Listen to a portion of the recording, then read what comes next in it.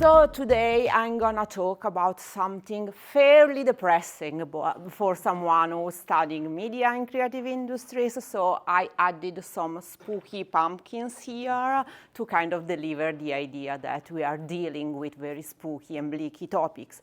However, please don't get too depressed all at once. We are trying to navigate our way through the very perilous world of working in cultural and creative industries and also learning how to be a creative individuals.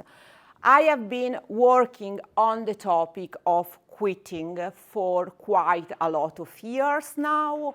It was part of my doctoral dissertation. This is a doctoral dissertation. I kind of brought it here to remind myself that it actually exists. And I mean, I'm going to talk you a little bit more later. It was research on the education of aspiring cultural workers applied to the Italian case of the Olden School, which is a school for creative writing and storytelling. While I was doing this research, I encountered the cases of people who, after having spent quite a considerable amount of their time to building up the skills to develop their aspiration of becoming a writer or a creative individual at large, because this school doesn't only educate the aspiring writers, but also a series of skills in the world of like written communication and this kind of works, kind of stopped trying to become creative individuals. This research took place before the pandemic, so it's not related to all the discourses which now we are seeing about. I don't know if you are familiar with this thing, the Great Resignation, which is a concept that became really popular in the last year after a scholar in business studies invented it. Basically, he was interviewed to describe how people were resigning around the pandemic phase, and he came up with this definition, which became pretty popular. It's not very much assured now that this great resignation is actually happening. However, there is a discourse around the possibility of leaving work when the work itself doesn't match our expectations, our desire and our hopes. Another concept that has been circulating quite a lot recently, I don't know if you have ever encountered the quiet quitting, apparently is a trend that started on TikTok, where employees shared advice on how to do the least possible work on their workplace. So instead of being super proactive and super kind of overzealous in delivering their own tasks, just let the notifications stay there, don't read, don't engage too much, because at the end of the day, the values of life are more relevant than what you are bringing on the workplace. The idea of quitting and these other broader discourses about working less or quitting jobs aren't directly interconnected, but they are somehow, to me, belonging to the same broader scope of discourses that are circulating nowadays in contemporary society. Kind of coming to a more research-related topic, the idea of investigating quitting depends of positioning my research as a part of a broader effort of the scholarship of media and cultural industries in challenging the features of cultural work and in interrogating the question if cultural work is intrinsically desirable and why, based on that idea that has been made very much widespread in the last 20-25 years, that creativity is just a faculty available to all and for free, and we should just be able to use it. While with my research on the education of aspiring cultural workers, the idea is to investigate how this the faculty of creativity is developed, and how some people can be creative depending on certain set of conditions and others cannot do that. As I was saying, these quitters are part of my research on aspiring cultural worker. My research work looked at the condition of access to creative education, the aspiration, the motivation, and the education to work transition of aspiring cultural worker, and how these attempts shape the subjectivities and the identities of aspiring cultural workers. I also have to say that the focus on quitting was not part of the original design of the research. This is something that I have started thinking about when I was carrying on the interviews, and I had to engage with people who actually told me that they weren't, they didn't intend anymore to try to work in the cultural sector. The context of my research is this school. It's called Scuola Holden. This should be a QR code pointing you at the English version of the website, so to give you an idea of what I am talking about. So the Holden School, which is here portrayed in this very much blurred photograph, it's the only, for a very long time, was the only school offering a degree in creative writing in Italy, but is not a real degree, because the title is not recognized by the Italian law, and Italy doesn't offer degrees in creative writing. So we can see how this system already brings a series of problems, because there are people who enter into an educational path which is also a private education and really expensive, and way more expensive than the normal educational path. We are thinking about 10,000 euro per year, which is more of the double than the average of the MAs in Italy. And the title they received is not legally a true title, because it's not a proper degree. So it can be used or not used as an informal way to enter the creative industries, maybe in a future if everything goes well. But what about if something goes wrong, or many things go wrong, as it can happen. Other kind of feature of the school is the age. So 18 to 30 years old. So it's like very broad, from end of high school to the end of the 30s. And it's a sort of extended entrance in the adulthood, because people who are attending to this kind of education invest a lot of their 20s trying to become something that can be found or not found after this degree, and also has a set of very prominent investors. Feltrinelli, which is a very important publisher. I don't know if you ever been to Italy. Like it's a food hall selling Italian products. Italy kind of is one of the founders of the Holden School. So this is to show you how much it is connected to kind of a business sphere in Italy. And also people, when we think about creative writing, we also have to think about the reputation of creative writing. I know that it is kind of a long introduction, but the idea that, for example, creative writing degrees don't have actually a great reputation, because it is thought to be impossible to teach how to write and to learn how to write. It's very much connected to the idea that maybe you won't be able to become a writer because you didn't have the right ontological talent or the right qualities to become one of these. So this is from one of the few books about like the history and the features of creative writing schools. As you can see, the words aren't particularly nice regarding the programs, experiential commodities. The students of creative writing are internal tourists, and they hope to bypass the accumulation of traditional cultural capital to become writers.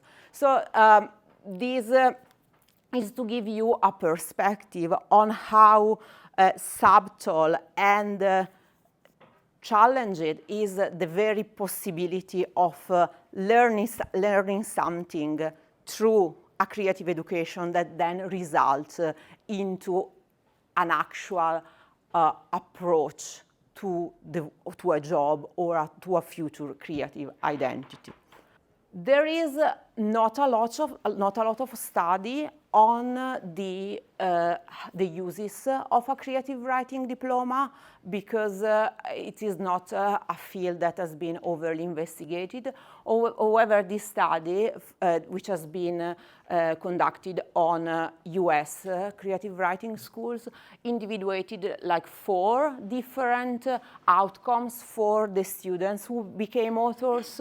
So students who attended a creative writing degree and became authors said that the degree gave them enough time to fully focus on the writing activity, a sense of real commitment. They learned the skills of the professional identity. They entered the social circle and network of aspiring authors, and also it served them as an informal way of swapping information. However, this kind of study doesn't say anything about the others, the ones who failed in becoming authors or writers. Now I'm gonna introduce you very briefly the story of 2 of my participants, which I selected among a pool of 47 people I interviewed. They were all former Holden School students who attended the school between the very early years, so between 1994 and basically 2017. And to me, and then I'm gonna try to discuss how to find a way to read their quitting arches. So none of these itineraries are straight in terms of these 2 participants, Anna Elena. They didn't say to me during the interviews, oh, then one day I woke up and I decided that I didn't want to be a writer anymore. It was like a path that followed different stages. So let's start with the case of Anna.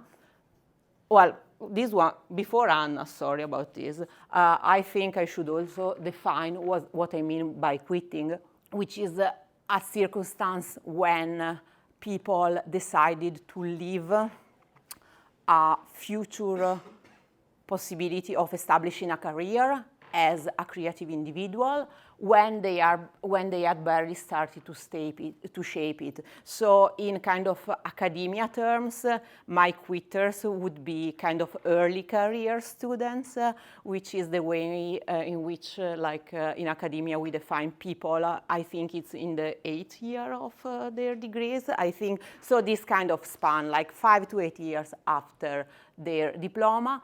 And I read the quitting as a broken promise, because the attendance to an art degree counts as a commitment to pursuing a creative career and an associated identity as a professional in creative field. So when they started this kind of education or a diploma, there was this kind of silence promise that they will be in the future creative individuals, and somehow this path was interrupted. So going back to our 2 case studies, I mean, the case of Anna is the case of someone that went to the school when she was 23 years old with already a BA, which is the case of many students, and she had basically she was one of the few students who said to me that she wanted to become an author, she wanted to write a book. She didn't write a book. But before reaching that point, since she was in the school, she tried to engage with the kind of professional side of the writing activity. So for a period, she was a reader. I don't know if you know what a reader is. The reader is basically at the bottom of the chain of the publishing industry. So they are supposed to read novels and to give an evaluation to editors of the publishing house. It is an extremely precarious role because they are just supposed to read the book and compile this evaluation sheet, and they cannot intervene in any way on the writing. And obviously the quality of the material they are exposed is very bad. So she kept this position through the school and after the school for a couple of years, but this had a very bad impact on her desire to keep staying in the sector, because she was exposed to very bad quality of literature, and also she couldn't find a way to progress and switch role to a better role in the publisher because of the extreme precariousness of the relationship between her and the editor who gave her the job. And then along with this, she finished the school, and contrary to many other of her classmates, she actively refused to keep staying in the social circle and in the industry.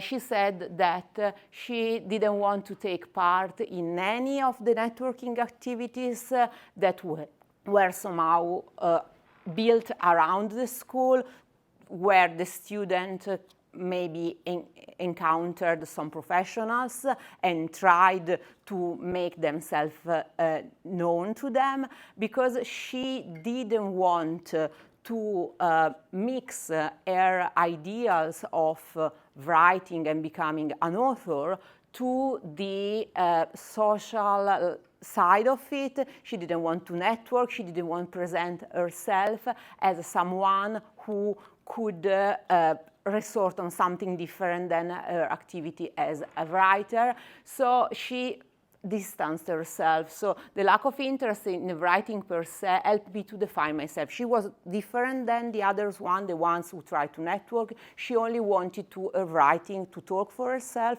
but her writing didn't talk for herself. And she progressively let it go and decided that she didn't want to become a writer anymore. And then we have the case of Elena. As Elena as well was already with a degree in a humanities subject, and came to the school with this idea that the writer was basically a saint, someone who was an eremite, and that was someone who engaged with the writing professor as something that was absolutely pure. When she met the actual writers to the school, she realized that the writers were a bunch of immature and envious kids in her words. So this had a deep impact on her desire to engage with the side of the production of the literature, because she felt that she couldn't handle this association between her ideals of what a writer should be and the actual reality.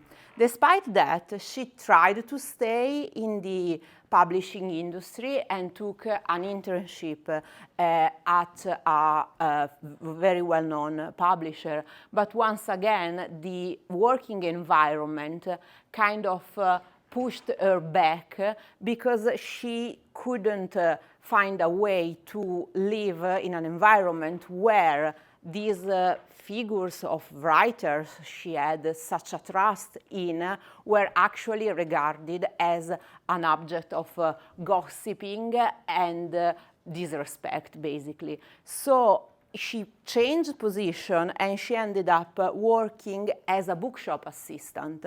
This bookshop assistant job allowed her to kind of step out from the field of culture production and to be on the other side, where she was just someone in charge of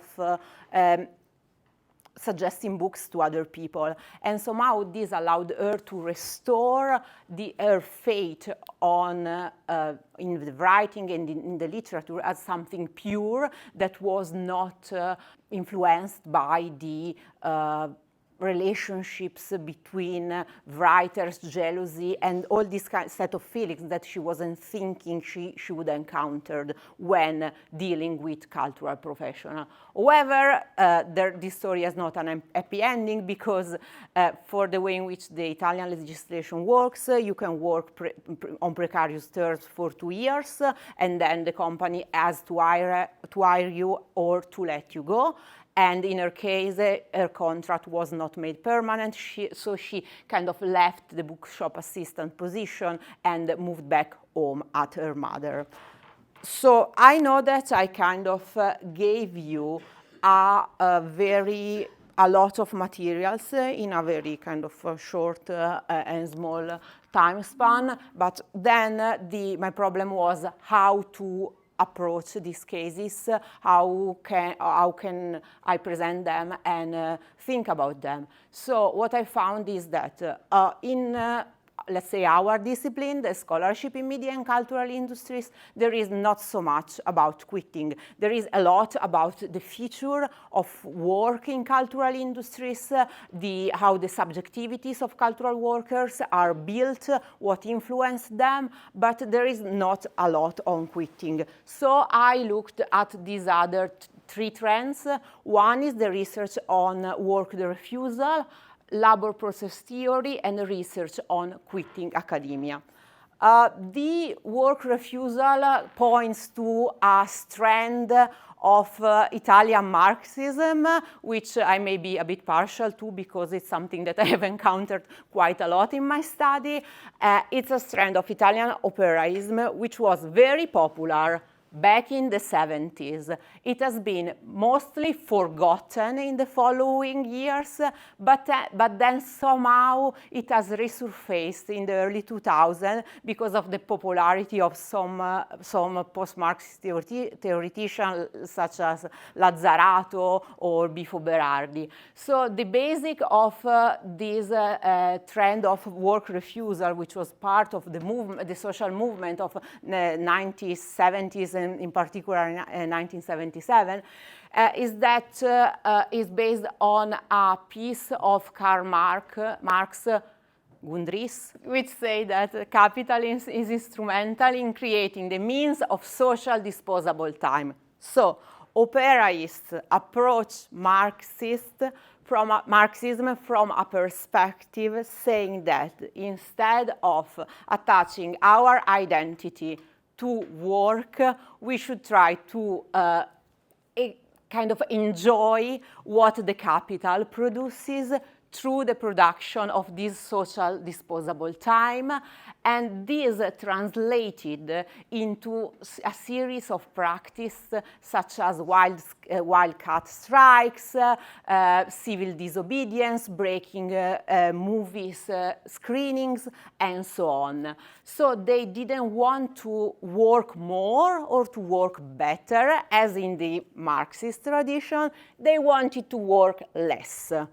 So, thinking about my quitters, it would be so great to be able to say that they wanted to quit because they were akin to these people, to those who didn't want to work more. But unfortunately, I found that was not exactly the case, because when they quit, their attempt was motivated by other factors and definitely not by a political understanding of post-Marxist operaism of the 70s. So for as much I like this trend, this is not something that I could use for reading my quitters. Something else I've encountered is the concept of labor mobility power from labor process theory, which is basically, which deals with the power that workers have when they decide not to work when the conditions are not satisfactory to them. But once again, I found this study, which is really interesting, about migrant workers deciding to leave jobs despite their precarious conditions, showing that they exercise a degree of agency no matter how precarious their conditions are. However, once again, not really relatable to the case of quitting I had encountered, because there was less of a explicit will in leaving the jobs. It was more nuanced and complicated than that. And also, I have devoted some time to try to establish a connection with the idea of quitting academia, which is a strand of analysis based on the reading of the quitting literature, which is the literature produced by academics, mostly in the US, who decide to stop working in academia, basically. Here there are some sort of connections, because these people who often cover senior position at some point finds that their jobs is not giving them what they wanted, in terms that instead of conducting their research, they are too burdened by having to cover administrative duties or working just to gain grants or this kind of issues. And so they quit, and the way in which the academic quitting has been read was both as a sign of weakness before the invasive demands of the market competition, but also as an act of resistance, an attempt to interrupt the neoliberal discourse and its structures, and a spontaneous act of disobedience. This idea of like trying to be acts of disobedience resonate a little bit more with this idea, with the quitting I have encountered. Why is that? Because if we, and I'm trying kind of to wrap it up a bit, resonated with the act of quittings I have encountered, because if we think, if we go back to the literature on work in cultural industries, we find that there are a series of features which are often present when we study how people stay in the industries. So I'm thinking about being flexible, being adaptable, being entrepreneurial. I'm thinking about studies on people in the dancer profession. I'm thinking about studies about entrepreneurs. I'm pointing at Carolina because she conducted some of this. We have yeah, and also